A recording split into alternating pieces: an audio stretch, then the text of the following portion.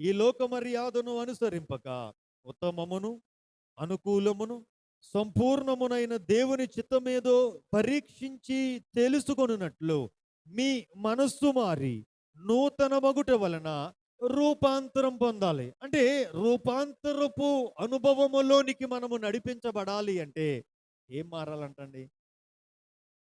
మన మనస్సు మారాలి. ఏం మారాలంటండి? మన మనస్సు మారాలి. చాలా మంది సేవకులు అంటారు కదండి. సేవకులు కాదులండి, బయట వారు కూడా అంటే మాట ఏంటంటే చాలా మంది ఇతరులు అంటండి అబద్ధాలు చెప్తారంటండి.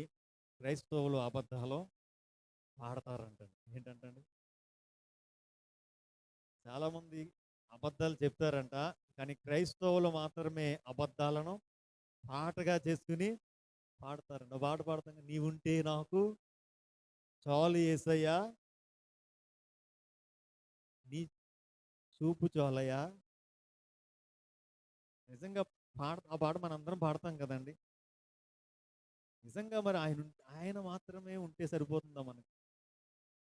నీ చూపు చాలయ్యా, నీ ప్రేమ చాలయ్యా, నీ తోడు చాలయ్యా, నీ నీడ చాలయ్యా. ఎక్కడి వరకునండి? అది గుళ్ళ వరకు మాత్రమే. బయటికి వెళ్ళిన తర్వాత యేసయ్యా నువ్వు నాకు అక్కర్లేదయ్యా, నీ చూపు నాకు అవసరం లేదయ్యా, నీ నీడ నాకు అవసరం లేదయ్యా. ప్రార్థన దగ్గరికి వెళ్ళిన వెంటనే యేసయ్యా నీ చూపు చాలయ్యా, నీ నీడ చాలయ్యా. ప్రార్థన అయిపోయి బయటకు వచ్చిన వెంటనే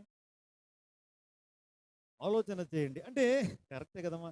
దీనికి కారణం ఏంటి అంటే మన మనస్సు రూపాంతరపు అనుభవములోనికి ఏం చేయబడలేదు అంటే నడిపించబడలేదు. బైబిల్ అంటుంది మనస్సు మారి నూతన మొగుట వలన రూపాంతరం అవుతుంది.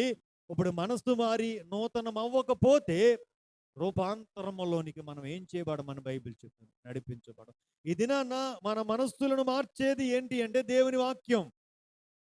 ఎలా మారుతుందండి?